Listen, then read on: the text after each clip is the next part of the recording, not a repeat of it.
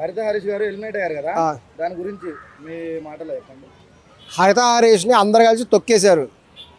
శ్రీజ మెయిన్గా తొక్కేసింది. ఎందుకంటే శ్రీజ హరిత హరీష్ ఇద్దరు కూడా బయటకు ఎలిమినేట్ అవ్వాల్సిన వాళ్ళు, వీళ్ళలో ఒకళ్ళు వెళ్ళాలనుకున్నారు. కానీ కూడా ఆయన ఎవరు తొక్కలేదు, ఆయనే సైడ్ కూర్చున్నాడని నాగార్జున సారు నిన్నొచ్చిన డేలో చూసాం కదా.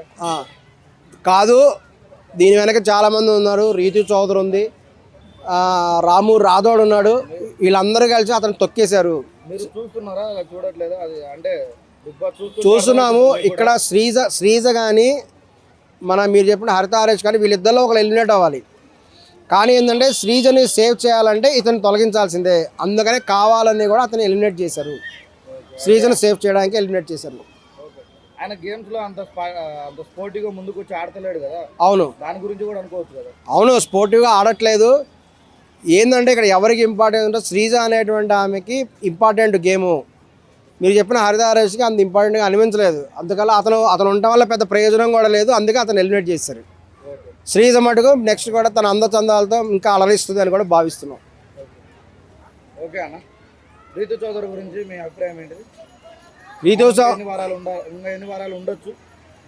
రీతు చౌదరి అనేటువంటి ఆమె బిగ్ బాస్కి ఒక అసెట్. ఎందుకంటే బిగ్ బాస్ షో చూసే వాళ్ళలో అడల్ట్స్ ఎక్కువ ఉంటారు. అడల్ట్స్కి నచ్చే అమ్మాయి రీతు చౌదరి.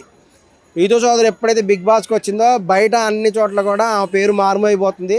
ఎందుకంటే ఆమెకు సంబంధించినటువంటి డైవర్స్ కేసులు బయటకు వచ్చినాయి. 300 కోట్ల ప్రాపర్టీ కేసు బయటకు వచ్చింది. రాష్ట్రం మొత్తం కూడా బయట యంత్రాంగం అందరూ కూడా ఆమె కోసం ఎదురు చూస్తున్నారు. ఆమె మటుకు హ్యాపీగా లోపల దుప్పటి కప్పుకొని మంచిగా పడుకుంటుంది. అందరిని ఎత్తున చేయబెట్టుతుంది రీతు చౌదరి. అంత డేంజరస్ క్యాండిడేట్. కాబట్టి రీతు చౌదరి తన చందాల కోసమైనా కానీ ఆమె ప్రదర్శించడం కోసమైనా బిగ్ బాస్లో ఉండాలి.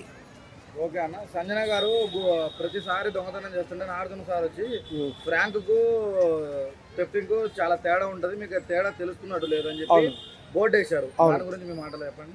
అవును, నాగార్జున సార్ చెప్పింది 100% నిజం. సంజన ఒక పెద్ద దొంగ. ఆమె ఏంటంటే చిరునవ్వుతో కూడా నవ్వుతూ ఉంటుంది, అందరి గురించి మాట్లాడుతూ ఉంటుందంట, అందరినీ గెలుగుతూ ఉంటుందంట.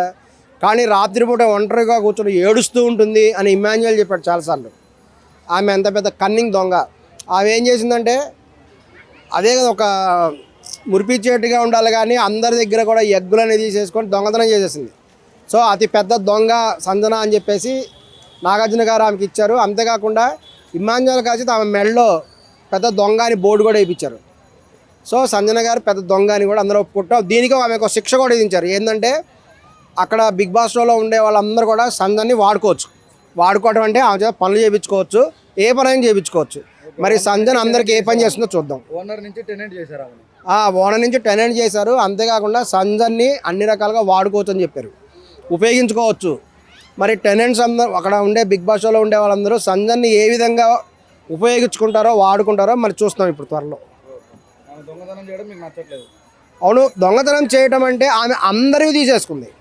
ఆయన అన్నది అదే కదా, దొంగతనం చేయడం అంటే అందరు తీసేసుకొని తనొక్కదే తింటే ఎలా? తనొక్కనే తింటామని ఆ పెద్ద దొంగ సంజన అని కూడా చెప్పడం జరిగింది.